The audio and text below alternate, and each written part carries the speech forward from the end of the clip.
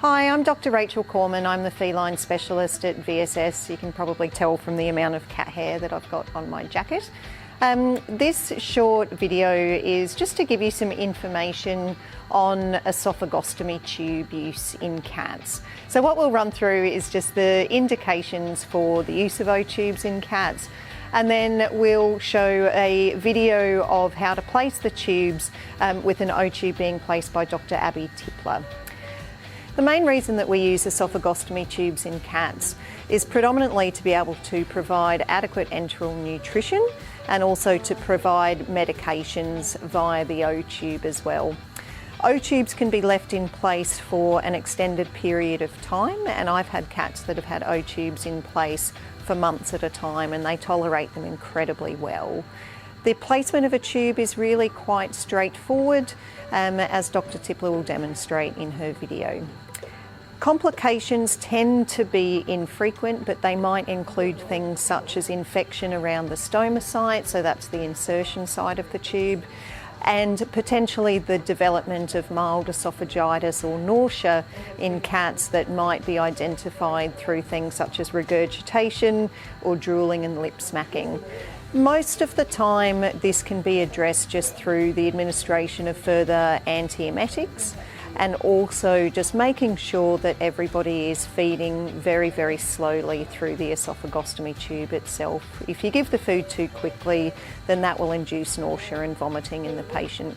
So we have everything that we need here for an esophageal feeding tube, and we've got our cat in position, and we're going to require an assistant to basically place the forceps, some nice long curved forceps. You don't need to be too picky about which forceps you use, as long as they've got some good teeth that can grab onto your esophageal feeding tube.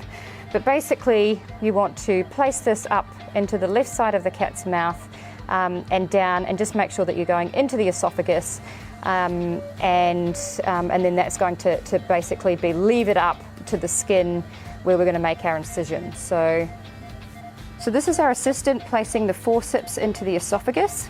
You can actually it is possible to do this procedure by yourself, but it is just a little bit easier to have an assistant who can basically be placing some counter pressure as you make your incision through the skin and into the esophagus.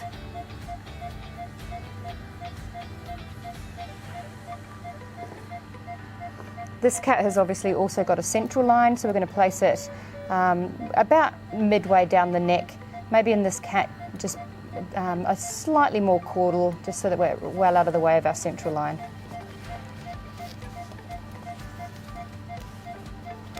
And this region has been sterilely prepped, but it's very difficult to do this with full drapes, so especially for demonstration purposes. Okay, so I can feel the tip of the forceps here underneath the skin. And we just want our assistant to basically push up against us absolutely as hard as they can while we incise the skin and through the esophagus onto our forceps. And then we get our assistant to push, push, push at the same time.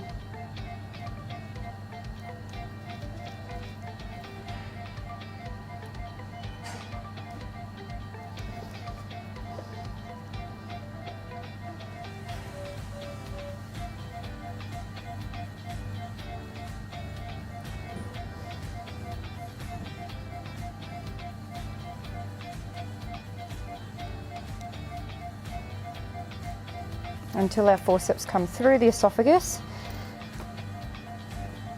and then we're going to pass them the tip of our esophageal feeding tube.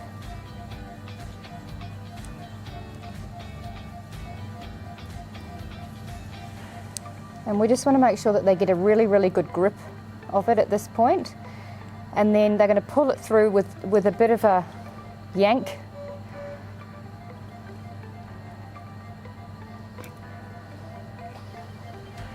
And the feeding tube exits the mouth. And I find that one of the most important things here is to basically pull it all the way through the mouth.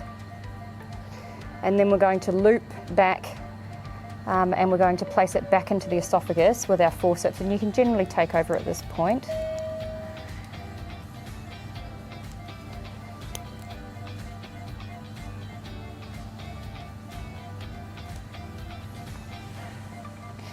And then what we want to do is we want to keep on threading this side basically back down through into the esophagus.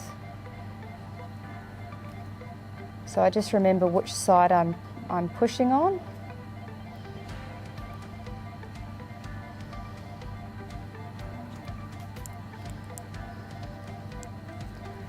And you thread it all the way, basically as far as you can.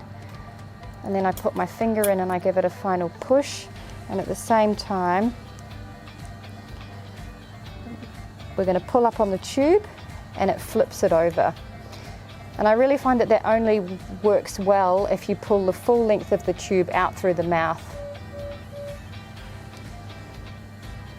Now we pre-measured this tube so that it is basically going to enter in the mid-cervical region and finish up between around about the 8th to 10th rib.